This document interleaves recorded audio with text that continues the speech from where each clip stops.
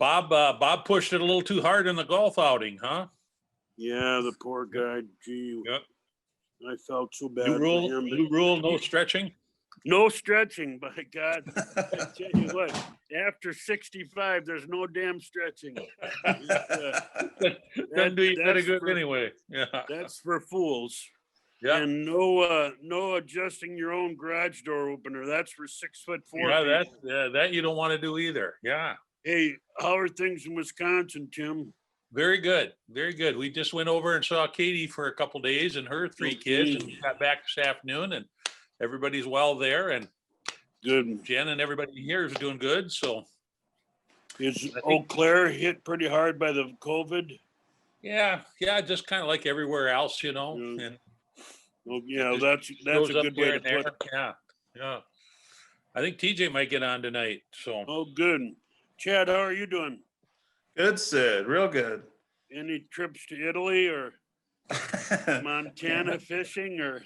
No, can't leave the country. We were in Hypes area. We flew into Green Bay 2 weeks ago and sure. our county for a couple days. Yeah. That's kind of like going to Italy. That's kind of the papacy. You fly the G5, don't you? Yeah, and Delta's G5. Yeah. There's every other seat or every other road deal, so we felt kind of safe doing it. Oh, good. That's good news. Eddie, how about you? Good. Back on, but again, I don't have that choice. I've got video call, Bluetooth, speaker, mute, keypad, and add call. Those are my choices. And then I've got the Arizona, and I've got your number. Okay, why don't we get out of that and start all over? Okay. So if you hit just hit out. Well, this sounds like me in my first tutorial.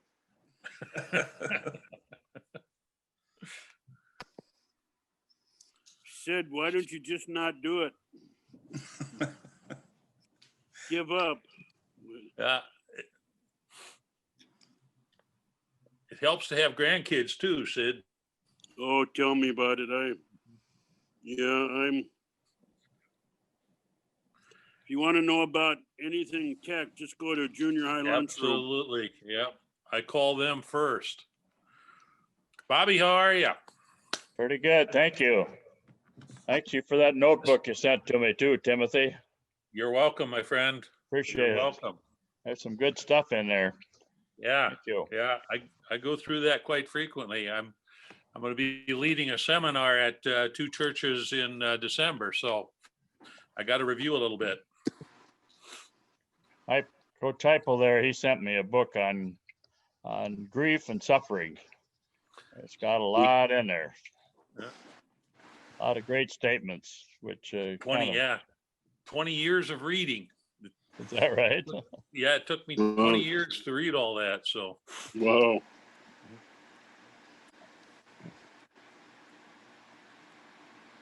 Bob, how's your hip doing? It's doing pretty well, thank you. I experimenting walking with the cane right now. So good. So the golf season's over for you, Coach? Yeah, last week, but it was so nice. I thought, what the heck? Yeah. Why did I have to go out on that one cold day and screw myself up? So that I have to go back to the doctor tomorrow. I don't know. He'll maybe put me on some physical therapy or something. I don't know yet. Well, beware of stretching, Bob. Yeah, I will. Yeah. I don't think it was a cold day that messed you up. I heard that's overrated. Yeah, stretching. Yeah. Well, how old are you, Bob? Me? Bobby Booth. Oh, Bobby Booth. I just turned 55 about a month ago. Well, then you got 10 years left to stretch. So my son's little league baseball coach, he was never one to really have the kids do much stretching and things. And his philosophy was, he said, I look at my dogs and he had 2 golden retrievers, and he says, I watch those dogs just lay on the couch all day long. Then I open the door, a car goes by, and they jump off the couch, and they can chase that car down the street, and I didn't see them stop once to stretch. Yeah, that's a truth. So, But anytime you get a chance to play golf with Ken Quartermeyer, you're going to take it though, aren't you, Bob? Oh, yeah, you ain't kidding, boy. yeah, you bet. Well, those, Deej, how are you? Good. How are you? Good. I'm doing well. Hi, Tom. Howdy. How was California, Tom? It was good. Was it good? Good trip? Did you enjoy all your In-N-Out burgers? Yes, I had my fill. I follow you on Twitter, and I saw several of your postings.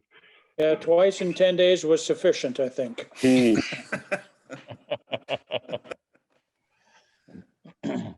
Well, I had my Chick-fil-A fix over in Waukesha, so you can do about 3 of those in 2 days. So I hope I live long enough to see one come to Sioux Falls.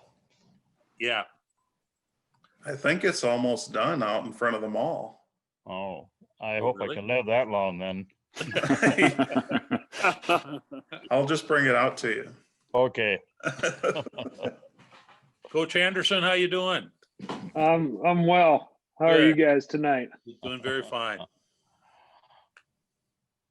Chick-fil-A is a pretty big deal in Las Vegas. It's one of the few things they're just getting started here that, Oh, really? yeah, they're just putting in, I think, the 3rd one that in the last 5 years since we moved here. I don't think there were any 5 years ago when we moved here. And so that's kind of one of the few things that gets people excited that they don't have here. Mm-hmm. Well, you're a good influence then, Tej. I guess, yeah. I'm amazed at your low voice there, TJ. Yeah. You Talking sing Spanish bass? all day. Didn't get quite the yelling voice that my dad, the preacher voice that carry like my dad. Have He's to work gonna, he's a gonna little fly. harder. He's gonna fly Alex Rojas in as a guest speaker, Bob, Oh. for Spanish. I don't know how grammatically correct it'll be, but You're worried about grammar or politically correct? Yeah. It'll be very authentic. Let's just say that. Yeah. Hi, Ryan Rollinger. Hey, Coach, how are you? You got those Tigers ready to play the Lynx? Yeah, I think they're ready. I hope they got one more good one in them. They put a good stretch run since the playoffs started. Boy, you ain't kidding. Beat O'Gorman and then beat Roosevelt. Poor little Brandon somewhere in there. So yeah, poor Brandon. That's never been said ever. What teams are left in the playoffs there? We're down to the championships. This 9-man, 2 of them are done, and one's playing right now, and the 11-man is Friday and Saturday. So there's 14 teams left. So who's playing in the 11-man? Canton T, Pierre Brookings, and Harrisburg Brandon are the 3 matchups in 11-man. no Sioux Falls schools in there this year. Yeah. First time in a long time. Yeah.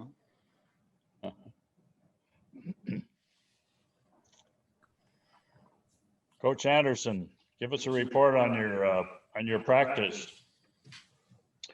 Well, we got in before the snow came. We had a good session. Had some challenges with it just from the hoops we had to jump through with COVID and contact tracing and all that stuff. We basically were running 2 practices, all together, but we had pods where our first team O would go against our first team D, and then the second, and vice versa. So it was a challenge. We had good numbers, but then at times because of COVID tracing, we'd lose guys, and penned a test, they'd go negative and come back. But we got a lot of work done, Coach, and I was really proud of our guys because I pushed them pretty hard. We were trying to develop in the weight room while practicing 3 times a week, and we had a Tuesday, Thursday, Saturday schedule on the field, and a Monday, Wednesday, Friday in the weight room, and meetings in between there. And you know, we got a lot accomplished. We got a really talented team, and you know, it was once it started getting cold, you got a few kids wondering, you know, why are we out here, Coach? Because we're not playing this fall, and it's November and it's cold, and but you know, told them that we needed to develop and we needed to practice, and we did well. I was really pleased with our coaches. They had a ton of adversity trying to get everybody ready and trying to be organized and put a plan together, and we did. We were able to gain and get some things done. So it was a positive deal. We had we did our spring segment. Okay, so those of you guys that are familiar with spring football, we flipped that and did that this fall, and we had 15 scheduled practices in, and we got 13 in before I called it quits on us here last week. So when we started, if you would have told me, Coach, you're gonna get 13 in, I would have said that's pretty good. So we got the hay in the barn for this semester. Kids are finishing up in the weight room. We'll have finals late next week and into Thanksgiving week, and then they're done. So we got a long December that we're not going to see them, and I worry about that, sending them home for that long, and nothing that we can really do about it. But I'm sorry. 9. So we'll send Okay. them. We'll send them home for December and get back after it in January then. What's your quarterback situation look like? I got 4 guys that can play, Coach. All right. Really impressed. They completed about 68% of their passes combined, all 4 of them, all practices. So Mitch Martin's the kid that's been around with us for a while. He's going to be next year he'll be a 6-year senior. I'm going to have a bunch of those guys. Get your brain wrapped around 6-year seniors. But we got that, and then the other 2 kids that we recruited in back-to-back recruiting classes, Josh Swanson is a redshirt sophomore. Adam Mullen is from Colorado. He's a redshirt freshman. And then our first-time freshman, the Jace Miller kid out of the cities, they're all going to be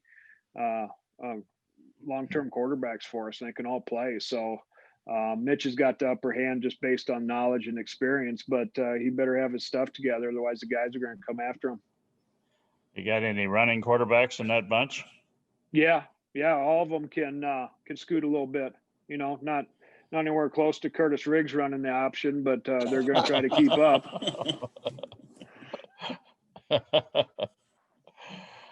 John, will you guys get to practice again in spring then? We are, yeah. You know, that's I'm not sure what spring's going to look like, guys. Our conference, the Northern Sun, has basically said it's up to each institution to do what they feel is best. There's not going to be a spring schedule come out from the league. So each university has to get testing in place in order to compete. There's finances involved with that, obviously. There's logistics involved with that too. I've talked to a lot of people in our league and around the country, and it's kind of crazy, guys. There's some people that want to play 6-7 games in the spring, and then there's some that really don't want to do a whole lot with games. And honestly, I fall into the latter category. And the reasoning on this is, you know, there's not going to be a playoff for Division II in the spring. There's not going to be a national championship. And I got 14 of my seniors that are going to come back and be 6-year guys. I got all my juniors coming back, and we've really set our sights and our focus on 2021 when we can get everybody back through healthy into that standpoint. If you play bunch of games in the spring and you turn around and 6 months later play again. I just don't think that's great on college bodies. And what if I get a Thurl Reisdorfer hurt in the spring and he has to miss the whole deal, or a senior gets hurt? Ty Smith, local kid, gets banged up in his spring game that doesn't mean nothing, and then he's going to miss the season. I struggle with that. So we're going to try to find some scrimmages, some practices that we can do with other teams and try to go about that in our spring session. Why don't you talk a little bit while we got you on, John, about your request for some additional funding for some meals?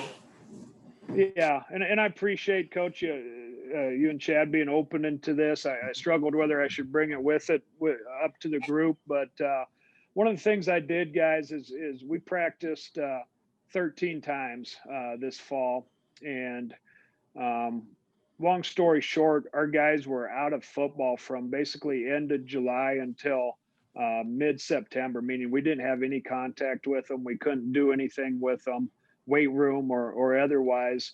And when we finally got back together, I had a bunch of kids that had dropped a lot of weight. We came off the summer in a really good physical condition and we're ready to go.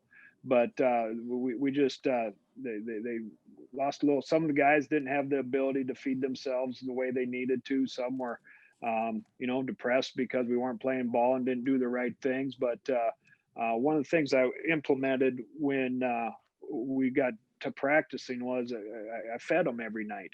We catered through Hy-Vee, and it was about $800 a time when you feed these guys. And to me, we wanted to try to put some weight back on them, but also when your food is showing somebody that you care about them and that you love them and you want to do great things for them. And I know the group I'm talking to is probably grew up with eating ham sandwiches on the side of the road and banana bread. I get that. That's how I started at USF too. But we try to take care of these guys now and do better for them than we were capable of back then. And in a normal world, that's a budgetary thing, and we take care of that. And but I got declined by our administration to take that out of my budget because they're basically the school's in fine shape, but we got to be careful about expending the budget when we don't know what the future holds for us, is what I was told. So, there's going to be a bunch of probably thousands of dollars in the future on testing so we can have spring or we can get basketball and all that type of stuff. So I said, that's okay. I got some people that I can talk to and we're going to go ahead and do that because this is something I've believed in for the kids. And excuse me, I got a couple donors that flipped me some cash and helped me out with it and got it started. And when I told the kids that we were feeding them and it was done by alumni guys, they were excited about it and they were so thankful for that. So I guess my request is we got some meals to continue to pay for, and if anybody has the ability or would want to, we would gladly take some donations for that.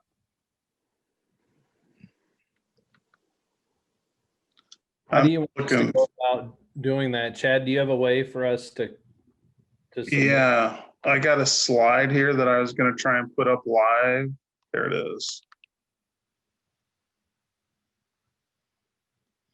So you guys can email or call Coach Anderson and their game worn jerseys.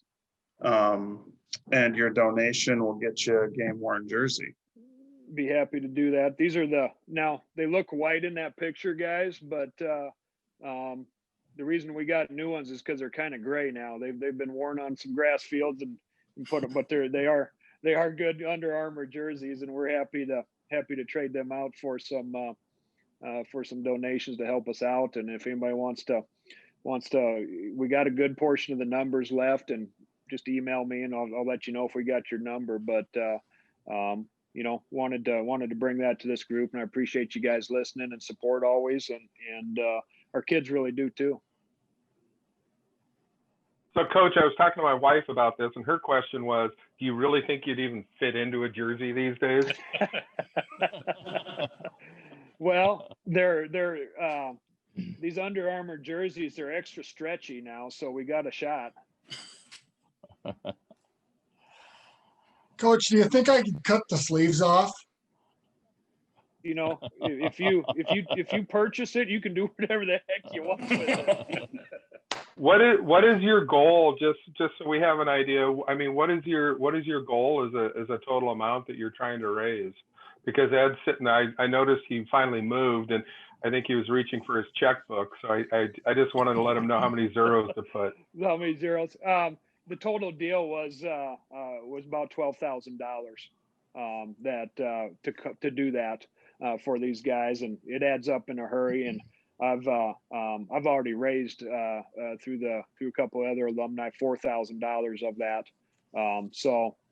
You know, that would be the ideal portion of is to be able to cover my expenses with that. And you know, something always going to come up. And you know, we have you know, I don't want this to be we have a good budget that allows us to do things like this, and it's just one of them deals with COVID where we're kind of the university's making decisions on expenses, you know, along that range to be a little conservative. And I understand that whole portion, but it was one of them deals where I need to feed my kids. I need to give them some normalcy. I need to take care of them and let them know people love them. So we went ahead and did it. And now we're figuring it out on the back end.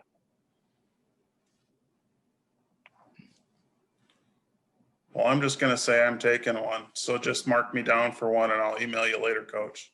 Is number 18 available? No, I want 18.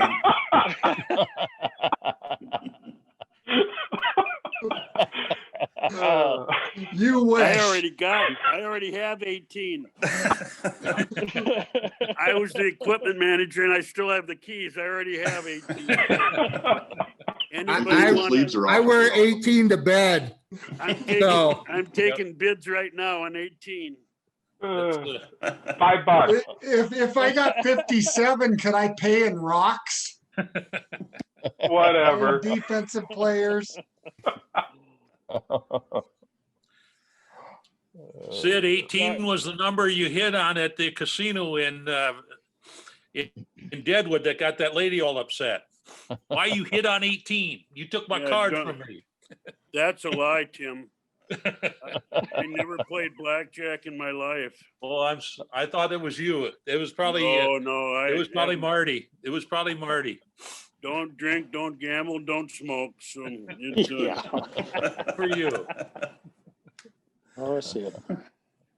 Yeah, if you guys are interested, just shoot me an email and I'll let you know what's available. And we got a good number. You know, there's some duplicates in there and stuff. So I just appreciate the ability to come to this group and share some of our needs. And I know that you'd be proud of these guys right now. It's been a long, hard struggle without playing. But once we're able to get them back together, you know, they work their tails off. They're committed to coming back, and it's a really good football group, and I'm excited about their talent, and you know, we can't wait to get on the field, but we're just got to wait, be patient, just like everybody else is right now with the COVID situation, and you know, pray that they play basketball at the D2 level, then we'll be able to get some stuff done this spring. Hopefully, Tom, you got your numbers memorized and are ready to go with the basketball teams. Well, I got news from my friend out in Rapid City today who does the School of Mines. They called off their last 2 games of football, so they never even got 6 in. And I'm not real optimistic about basketball at this point, unfortunately. Well, what I told at the staff meeting this morning, well, maybe it was yesterday, when the SEC has all the disposable cash at their hands and all the tools that they need, and they're having to cancel games, it's a pretty tough situation when they're doing, you know, when they can't get their kids to be healthy enough to play. So I don't know. We'll see what time will tell. Hopefully good things come, but our kids are doing great in school. They're going to have a long break here, get home and see mom and dad, and then we're going to get back and attack this thing in January.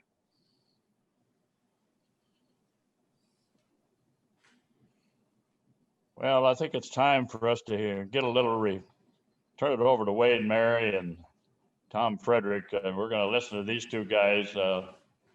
We'll start with Wade. You're the oldest guy here.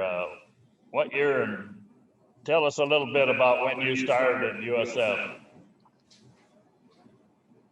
First of all, I take offense to the word old, Coach.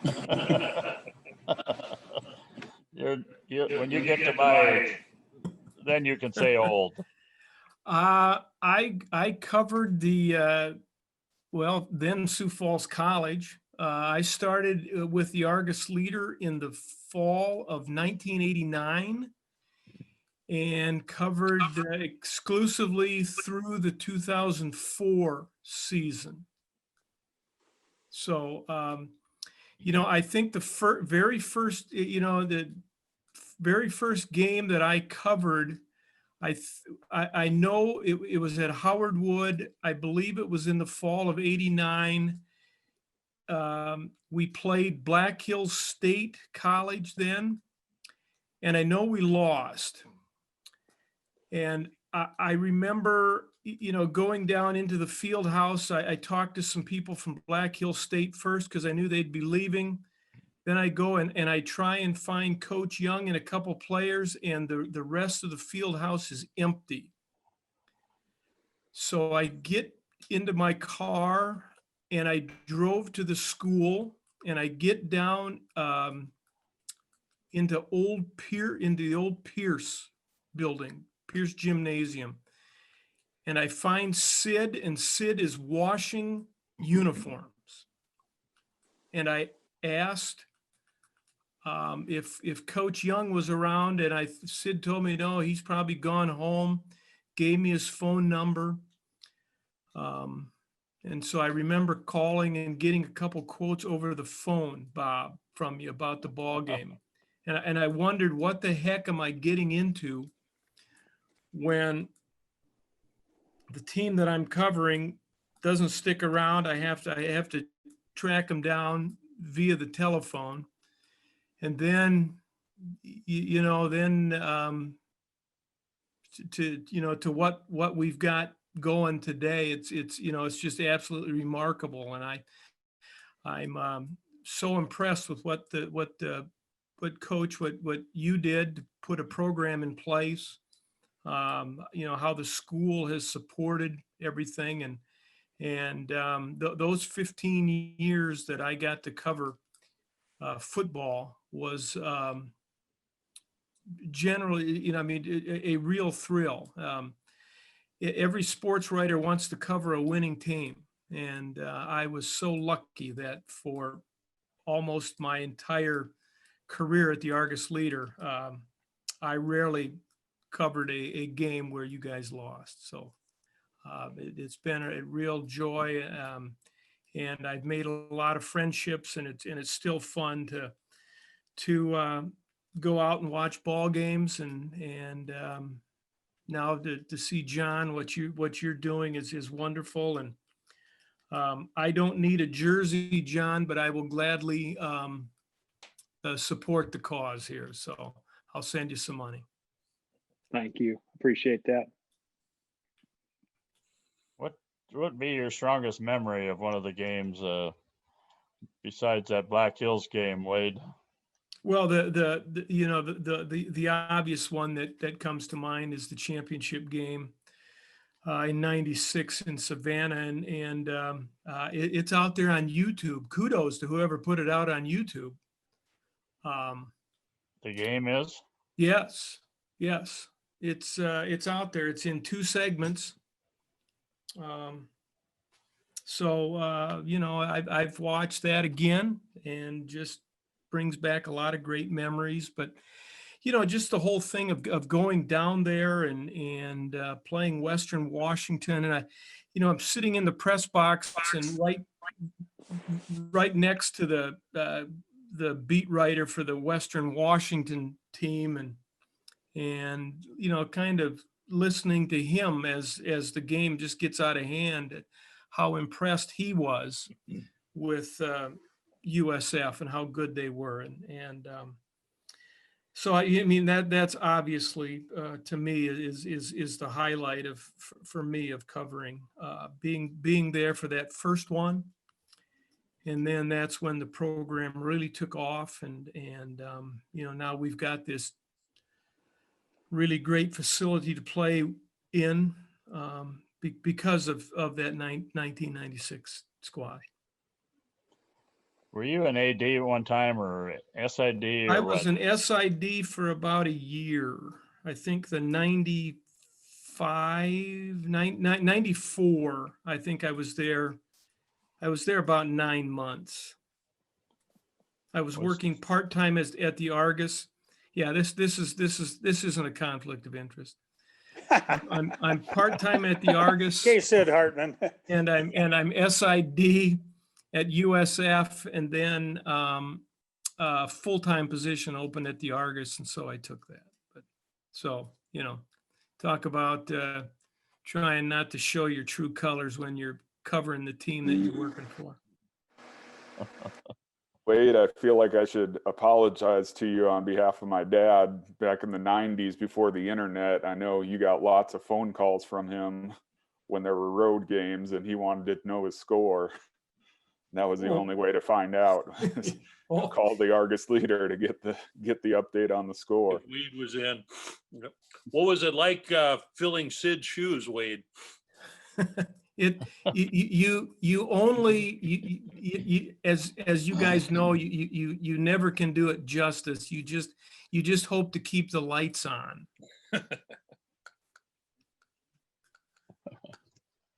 Sid and I had many wonderful Saturdays together, sitting on top of the press box out at O'Gorman. Yep. Sitting in, let's see, I think it was the 2001 season. It was Thanksgiving weekend, second round of the playoffs. We're playing Concordia. It's a monsoon.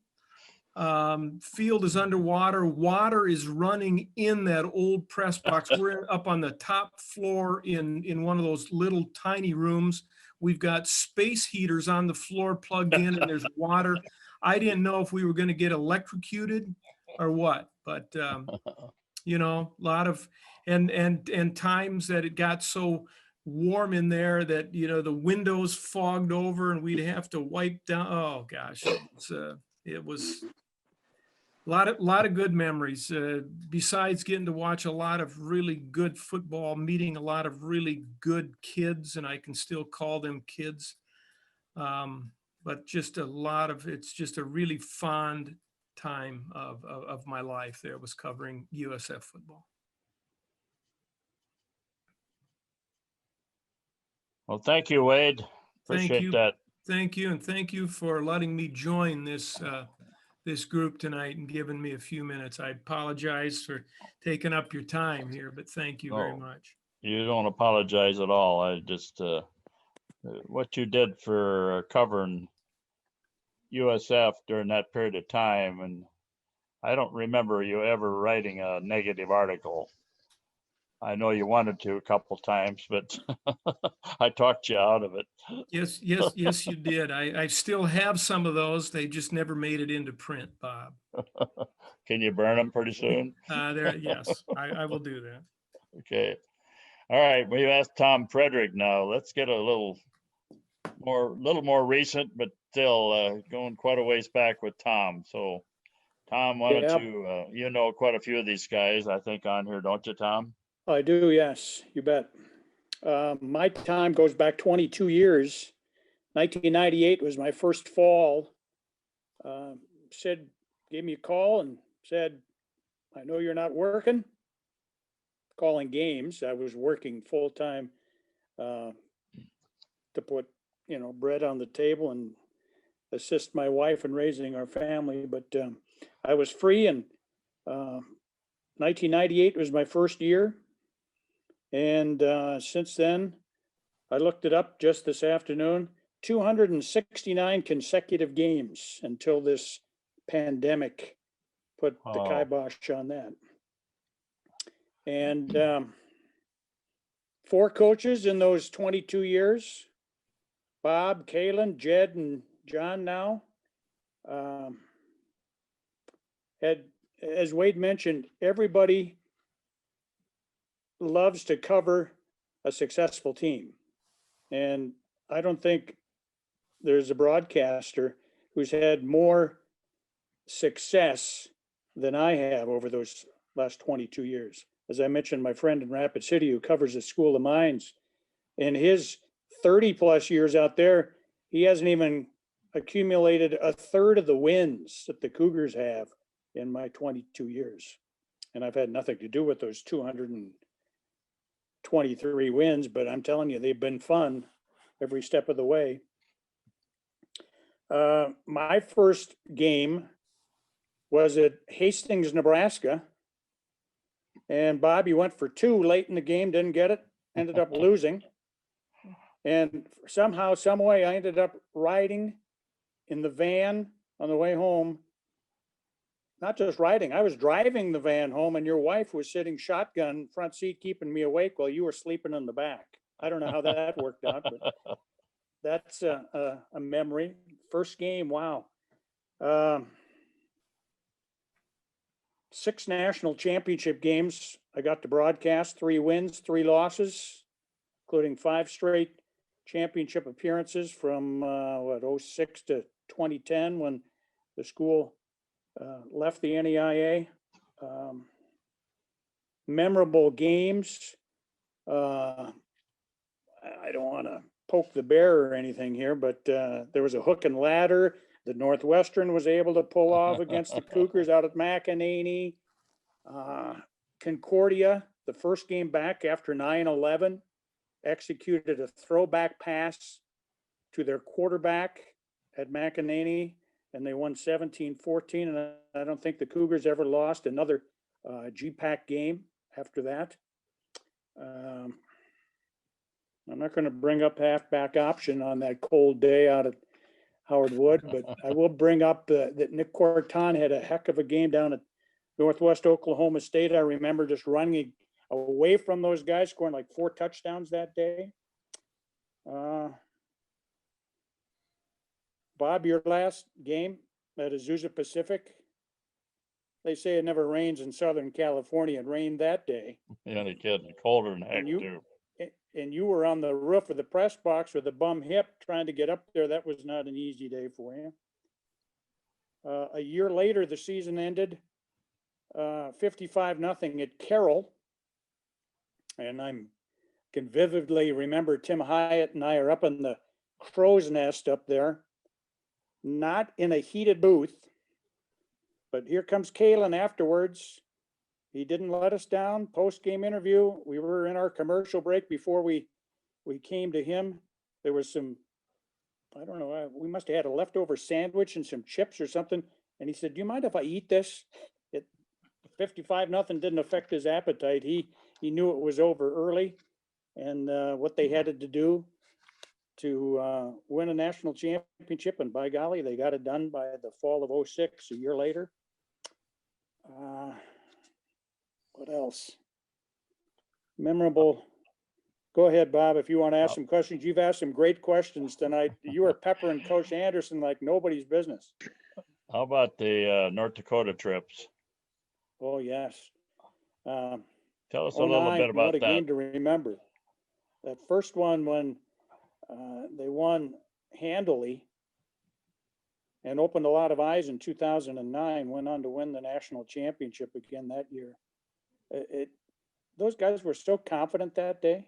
Lorenzo Brown and leading the way, and I can see LeBrun scoring and Alex Anderson and guys playing whale of a defense. Cody Cavender breaking up a big pass play down the field. Holloman with an interception. That was fun. Alex Heiner did the game with me that day. Tim Hyde was not able to join us, but that was memorable. And then 2 years later, almost got a win, should have got a win in 2011 in a low scoring game, but special teams was not able to come through. Winning the NSIC championship in 2016 at Mankato, that was something. You can still see Luke Papillion pinballing his way through a number of tacklers en route to the end zone in Mankato that day. That was fun, showing that the new kid on the block could play some football. It's been, I can't believe it's been 22 years. And I want to say thanks to Sid for getting me to where I'm sitting today, enjoying a relationship with the school that I grew up right across the street on Menlo Avenue, 1705 South Menlo. I lived there from 1960, fall of 66 until I graduated high school in 75. And like many kids, you don't want to stick around and go to school locally. You want to get out of town. So I went 60 miles to Brookings. Wow, that's a long ways, but I just couldn't see going to school across the street. My brother, younger brother, ended up going to USF, but I can see these days when people wonder, well, why did they let this local guy get away? How come he didn't go to USF to play football? Or why didn't Coach Johnson or Coach Traphagen or whatever land the local basketball star? Well, kids simply often want to get away from home, and you can't fault them for that, for sure. Any other questions, Bob? I'm personally happy that you jumped on the line tonight, because it's good to hear your voice. I know we haven't heard it enough this year, and just hearing your voice, I can close my eyes, and it's good to hear your voice. So I appreciate you being on for sure. Well, appreciate that, Ken. It was all Bob's doing. We've had a weekly meeting, Wade and I, with Bob since April, as all three of us have lost our wives over the course of time. And it's been a godsend that we got that started. And then it was just, it's Bob. You know how Coach Young is. And I'm thankful to be here tonight. Appreciate it. Hey, Tom, can I bring up my favorite call ever? I was just driving down the road listening to a USF basketball game, and you just out of the blue started talking about how some guy subbed in for the other team. And you said he looked like Ambrose Burnside. He got off on this tangent about Ambrose Burnside. And I was laughing my tail off driving down the road. And my wife didn't know what I was laughing at because she doesn't know. I know history. I like reading that stuff. So he had the Burnside, he was a general and so forth. That was awesome. I just love that. Well, thanks. You do a great job. Love I've been accused of living in the past and talking about things that the current generation has no relation to or can't even realize what I'm trying to talk about or mention. But I'm glad that you got that, Ed, and got a chuckle out of it. What was your full-time job, Tom? My full-time job from 98 on until I retired in 2017 was working at CNA Surety Company. Surety underwriter, claims administrator, public affairs individual. Those were some of the hats I wore over 26 plus years with that company. Prior to that, I worked at KSOO Radio in Sioux Falls from 1979 to 1991, when they told me that instead of working during the day like I was going back to nights, and I already paid my dues and said, I don't think so. So I had a midlife conversion at that time, got into the real world, and got some vacation time built up so I could do ball games yet, and started making some pretty good money. Radio was fun, but it didn't pay the bills. That's for sure. Lucky I had a wife who was a nurse. John Hudson was at CNA with you, was he not? Pardon me? John Hudson, he was at CNA with you, is that right? Yes, and John is still there to my knowledge. Yep, he's still there. Yep, John, he was an underwriter just like me. And some other Sioux Falls graduates, John Calhoun for sure, and at least one or two others I cannot remember off the top of my head. I was just mentioning to Bob last night that the body is starting to fail, whether it's memory, back, knee, feet, whatever. It's not like it used to be. Whatever you do, don't start stretching. That's what I was gonna say. Especially on the tee box. Who did that? I don't remember.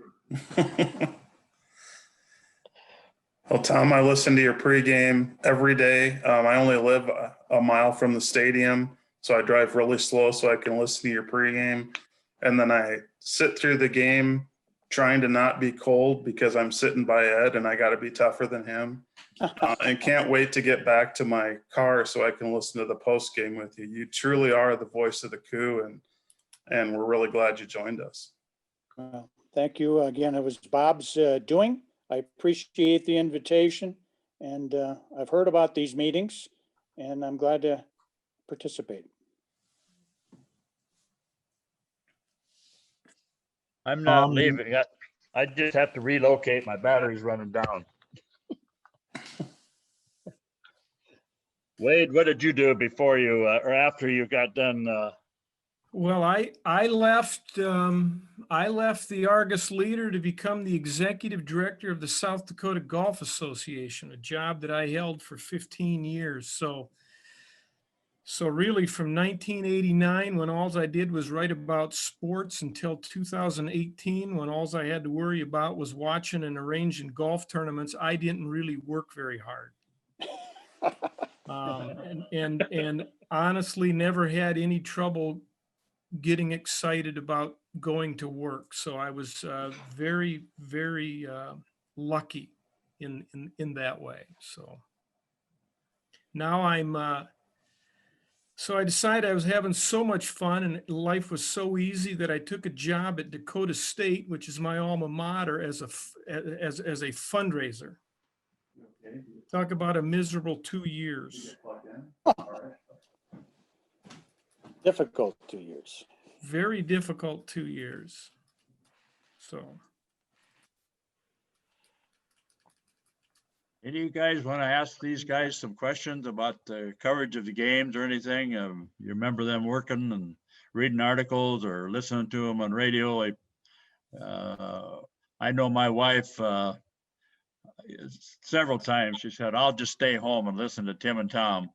You know, and it was kind of like, she said, I can visualize what's happening just listening to those two guys. So anyway, I appreciate Tom, you filling in, especially when my wife was ill, and what you did to make her life richer just by listening to you guys. So that was My good. pleasure. My pleasure. Tom had a great wife. I don't know, a lot of you maybe never met her, but she was unbelievable. And Wade always took his wife down to the Masters tournament. I was just thinking about that today. Did you start watching that today, Wade? Yes, I did. I watched it. Yes, I did. A lot of it was fun to watch, obviously, but it was kind of emotional for me as well. So because that was that was one of my perks of working at the Argus Leader. We got a press credential in 1990. Tom and Kurt Byram had qualified. So we got a press credential, and I stayed on the press credential list until 2018. Wow. Long after I had left the Argus, I still got a press credential and could go down, and that kind of became a vacation for us, where Val and I would go. We'd look forward to that every year, and met a lot of people that are still our friends that live down there. And so, and she too she didn't know a football from a baseball, from a basketball. She was glad for me to go to ball games, whatnot. Every once in a while I would take her to an event, and she'd be sitting there with her book. It would get to be halftime. And so she'd look up and she'd go, "Oh, is the game over?" And I'd go, "No, it's just halftime." So then she'd settle back, as long as I kept her full of popcorn, and she'd tolerate me going to the games. But then, she would at least, then when she quit going, she did listen to Tom, so that when I got home, she could at least maybe ask a question or two, so that kind of seemed like she knew what was going on. But anyway, so good times. Been 5 years since you lost your She Val. she passed away in July of 2015. Yep, she had cancer. Yeah. Yep. That's why we have a Zoom call on every Wednesday night at 8 o'clock. Tom and Wade and I get on, and it's been a real good support for me, I know, and I think for those two guys too. It's just been, you kind of get to that point where you kind of call them your soul friends, you know, soulmates, but we don't have wives to have mates, so we just kind of pair up with each other. So anyway, it's been really good for me, and thank you guys for doing that. Oh, absolutely. I look forward to that call. Yeah, when we started, I would have never guessed, you guys, that we would, here we are into November, and we're still every Wednesday night getting together. And I know that this call here on Thursdays, I know Bob talks about that, and I just think that is so cool that all you guys have, still stay in touch. And Bob in a different way than I do. And so it's really easy for me to understand what he means to all of us tonight on this call. So I would echo those comments, Wade. Just a quick update, just as far as these calls go and things. Next week, something's going to happen that would not have happened without these calls, Coach. And me and Mr. Steeler Nation are going to be getting together. Oh, wow. I've got some business in Reno, and I never would have dreamed of looking him up. But as a result of this, I now have an Uber driver.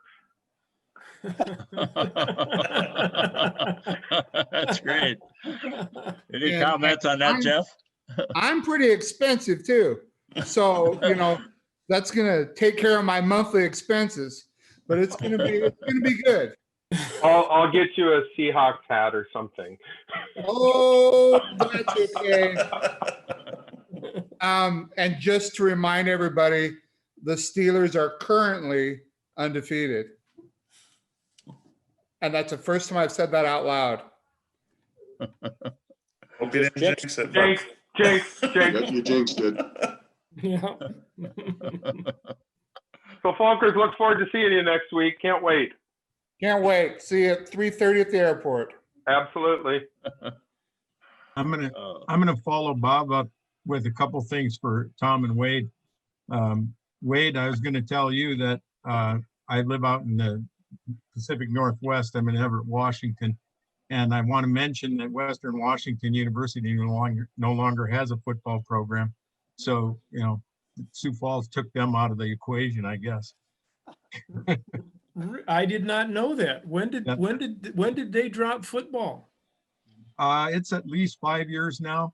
I'll be darned. Did not know that. Yeah. So that's one that I hung up some of your writings on the wall in my room where I taught school in Snohomish, Washington. And some of my colleagues had been on Western teams back in the past too, but they had the same kind of experience I did at Sioux Falls in the 70s. So we could commiserate, but now they had to call it off. So Sioux Falls rolls on. And for Tom, I listened to you a lot over the last 15 years or so out here in the Northwest, but 2 games I went to in person. One was in Helena, Montana. That was the one that you were talking about earlier in the snow and ice. And I sat on a bench full of ice for about 2.5 hours, 3 hours. Had to stand at the end or I wouldn't have been able to get up at all. And enjoyed that game a lot, right? And then the next one I went to. The right footwear. Yeah, I did have good footwear. The next one I went to, I don't know if you could have worn anything that was appropriate. That was the 2007 championship game in Savannah. That was a really messy day too, but in a totally different way. And then on Sunday, I don't know how long you guys were around, but you remember how nice the next day was down there in Savannah? It was We incredible. It was like probably, 65 degrees and sunny. if memory serves, I think we left that night Yeah. after the game. It's a good time to leave that night. Right. Will you do me a favor and let me know if you're coming to any games at home soon? You sound like you got bad weather luck, okay? John, I came to last year's Augie game and the Mary game, so I've Okay. got the monkey off my back with the Mary game. Good enough. You're welcome Coach back An- anytime then. Coach Anderson, John, he stayed with me, Oh, that's right. Yeah, And- I remember. and I had to do a lot of things to break the hex. You know, I even went to St. Joseph's Cathedral to pray, and I got a cup. You might let him drive your golf cart now and then too, Sid. Well, I don't know about that, but anyway, I was just so happy that he saw us beat Augie and did it in fine fashion. So the jinx has been broken. So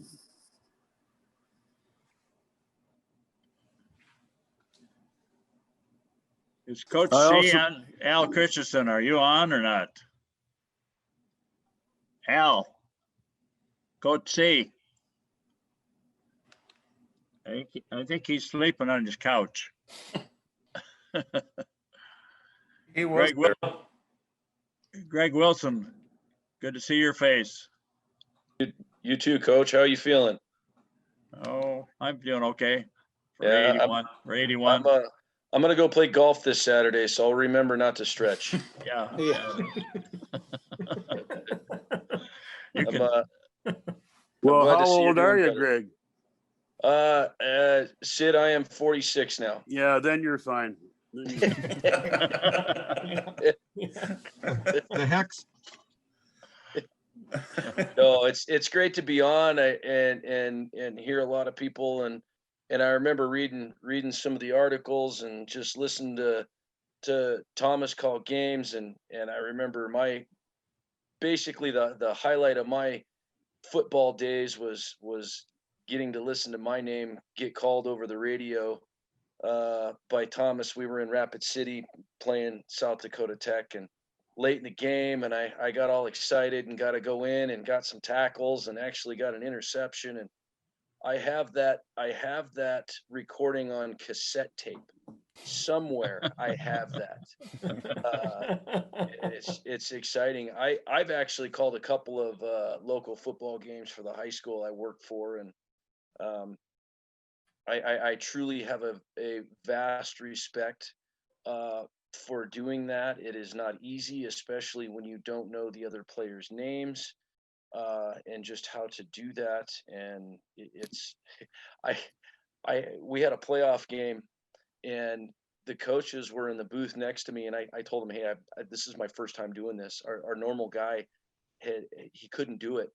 So I'm just in doing the best job I can. And I must have called the team by the wrong name 2 or 3 times. And some guy barges in and he's like, hey, this is, and the coaches for the other team were so apologetic because that guy just stormed right in. Must have been some crazy parent. I don't even know, but they're like, hey, that's not us. That's not us. I apologized. I said, apologize to the coach. And so, yeah, it could be a job, but I can see how it would be fun too. Definitely fun. And for 6 years in the early 90s, I did University of South Dakota and they were the Coyotes. Mm-hmm. And my first game at the University of Sioux Falls, I think I said Coyotes only one time. Coyotes That's instead pretty of good. Cougars. That's pretty good. That's the only time I mislabeled a team. Now I've butchered some names. And you Yeah. hate to do that because you're right. Parents are known to get on the warpath when their name is mispronounced. Yeah, I learned that early in my educational career too with student names and every year for several years I would do senior night at basketball games or even during pep rallies I would announce kids' names and so I would go to the kids and make sure I pronounced their names correctly and do that. So kind of odd by chance today I'm actually representing today. I got one of my long sleeves on and we got these door wraps at school on our doors and I got the USF logo put on my door. So it's out here in California and I was looking forward to going to some Fresno State games this year, and at least one, and that's not going to happen. But hopefully this next year we'll get to go to a game. Did you guys see that game last weekend? That running back for Fresno State is something. No, I don't get their games. Rivers, I think was his name. Yeah. He was amazing.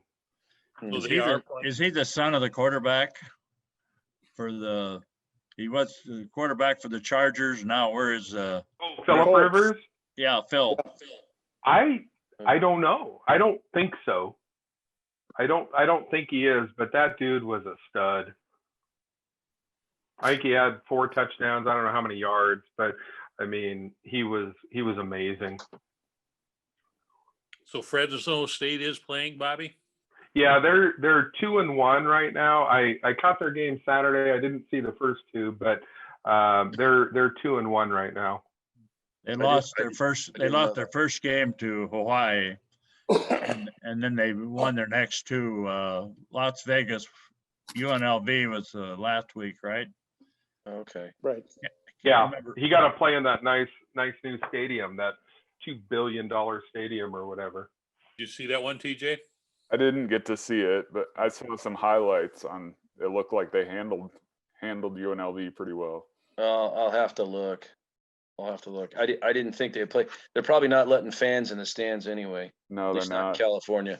No, there was no fans in there, but it was fun to see and fun to watch him coach. Sid, speaking of Western Washington, I was wondering if there's a school that doesn't exist anymore that you miss playing against. Not area. No, not so much. Most of them are penitentiaries. Or meat packing plant, extra housing, but not. That's a great question, but not so much. You know, they still have homecoming at Yankton because most of the inmates are alums, and yeah, it's certainly. Who's the meat packing? Huron. Oh, they're gone? Yeah, Huron's been closed for a while. Yeah. I did not know that. You taught me that Huron, part of their enrollment pack that they give you is your diplomas in the envelope. Yeah, you get in the registration packet, and then when you figured you'd had enough, you just fill it out and put it on your wall. But Westmar University, Takeo Westmar now is a community center.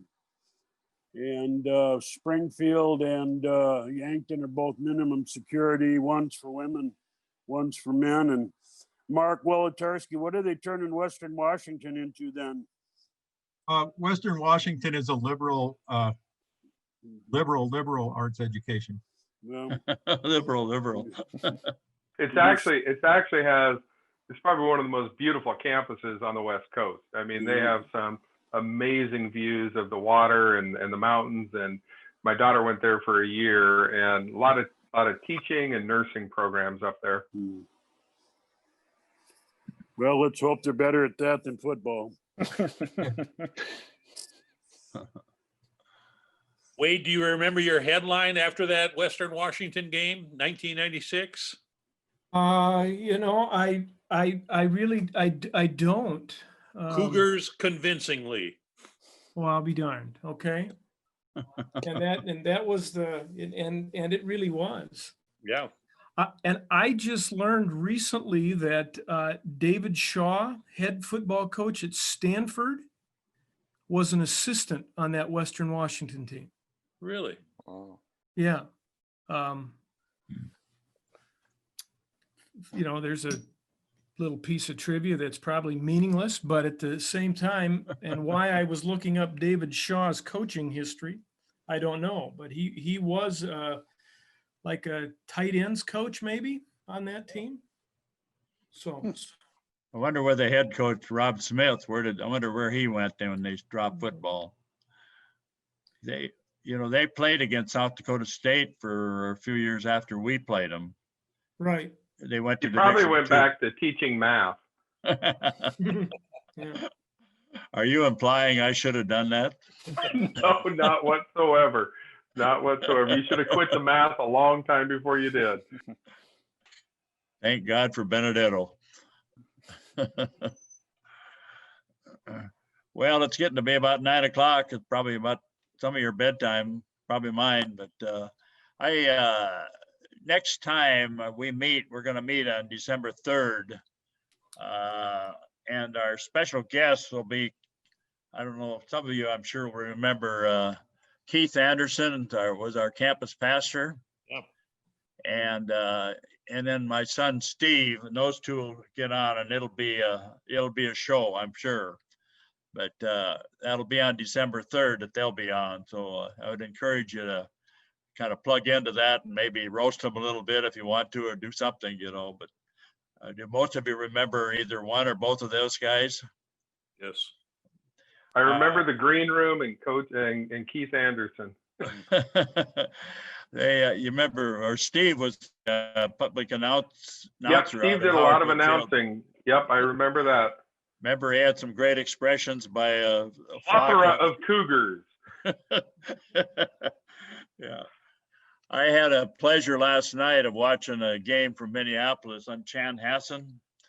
That's where my grandson Matt is assistant football coach.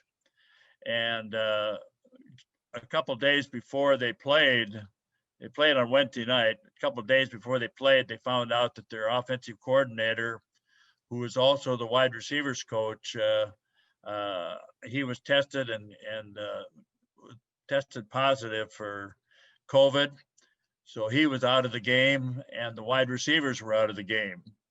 And basically they were playing the game with no wide receivers, and but they still won 37-14. So I think he's got a future there. He had a couple of his DBs made interceptions, which I was real proud of, because that was, and one of them was number 7, and that was the number he wore all the time when he was playing in high school and college. And so it was a pleasure. Boy, was it cold up there. They scraped the snow off the field, and it was just downright chilly looking anyway. So that was a pleasure. But Keith Anderson wrote a book. I just happened to pull it out because when I was talking to him, and but there's a section in there called The Sacrament of Friendship, and it really touched my heart to think about this one team fellowship and what it really means to have authentic friendly friendships. You know, we sometimes use the expressions, I'll see you, let's have lunch together, and it never happens, or let's get together sometimes and it never happens, or I'll give you a call and it never happens. And anyway, the sections about Jonathan and David in the Bible. And if you want to get a picture of what true authentic friendship is about, if you read something about those two in the Bible, I tell you, it was amazing. But anyway, it kind of ends up where they're referred to as soul friendships. Soul, not S-O-L-E, but S-O-U-L. And I thought it was a good expression for this group right here, that the more you get together, the more, the deeper the relationships become. And it's, I just, with Chad Remington coming out here on Wednesday night, and we're kind of becoming soulmates. Well, I wouldn't call it mates, but we'll call them soul friends, right, Chad? But I'm going to ask Keith next week expand on that a little bit, because I think that's kind of what we're, when we first started this, the concept of fellowship really was set deep in our souls a little bit. So hopefully next week we can, on the December 3rd, because 2 weeks from now will be Thanksgiving. We obviously won't meet then. And then the following week is the 3rd. And that's when, I think I have that date right. Is that Chad? I think that's right. That's right. Yep. But anyway, sure good to see all of you. Been fun to have you on tonight again. And Ryan Rollinger, I don't think I can see you down at the game on Saturday. They won't let us cross over. So You can do whatever you want, Coach. It doesn't matter what stadium you're at. I'm gonna walk over to our sideline. You go ahead. I'm supposed to be in an ADA session. What does that stand for? I don't know. I can't think of something that quick, but I was going to tell Mr. Mary, I have a story about from 97.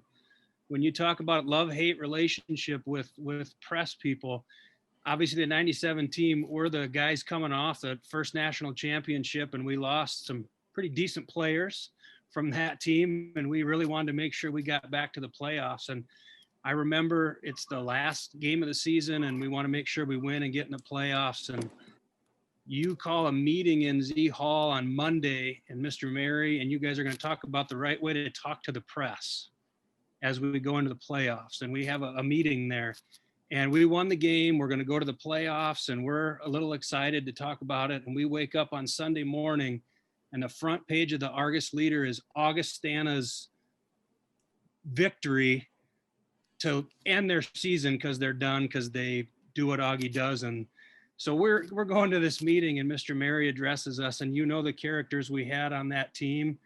We get to the end, and there's a Q&A session, and you got Matt Ornelas and Chris Snyder start chirping about, why did you put Augie on the front page? We made the playoffs. And so everybody doesn't like the Argus and doesn't like Mr. Mary. And we're like, this is just terrible. We don't get any coverage.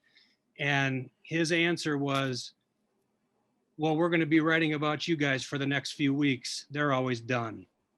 And the room just roared. And from that point on, he was our writer. It was pretty cool. I don't know if he had it planned or if it was just on the spot, but he basically just said, Augie's never going to be in the playoffs, and we're going to write about you guys all next week. And that stuck out in my memory. First of all, I couldn't believe you let Chris Snyder speak publicly with other people in the room, but Chris did a pretty good job.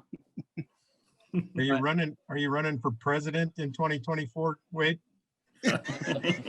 Well, I you bring up Chris Snyder. Oh, what a character! What a character! Well, thank you.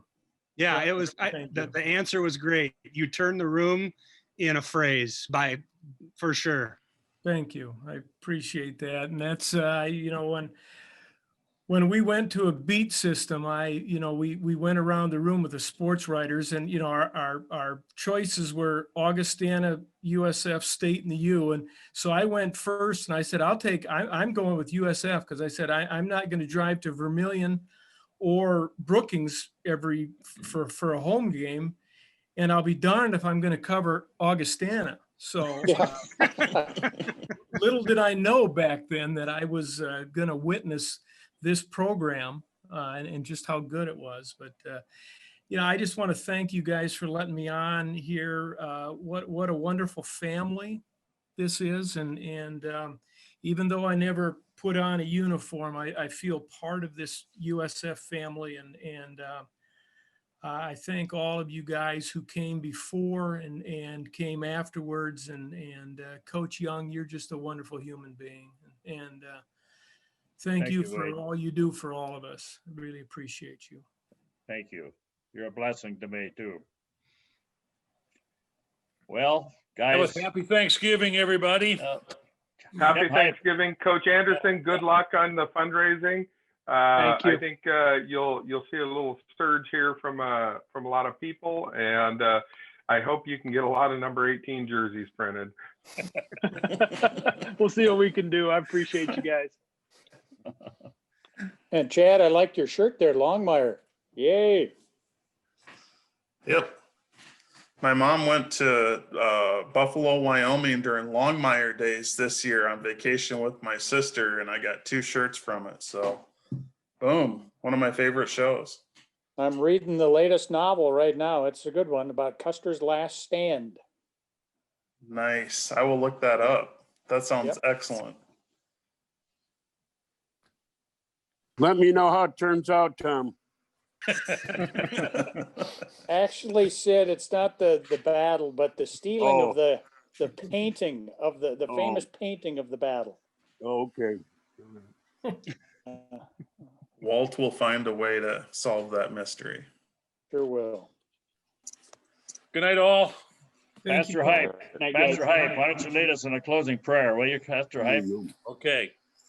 Lord God, Heavenly Father, we do rejoice in these friendships that have been built over time. And we ask that for Tom and Wade and Bob, in the midst of their grief, that you would offer comfort, and all others too, whose hearts are bent low. Father God, just remind them of the resurrection and the hope that we have. I pray that you'd be with Coach Anderson's son and continue to grant him health and healing. And may all of us just rejoice in all the blessings that you have bestowed upon us, and may we continue to celebrate them every day of our life. We thank you for who you are and all you've done for us. We ask all these things in Jesus' precious name. Amen. Amen. Thank you, guys. Amen. God bless all. Thanks, guys. Coach, thank you. Yeah, see ya. See you Saturday, Coach. Okay. See you next week, guys. folks. See you Hey, Saturday. Bob,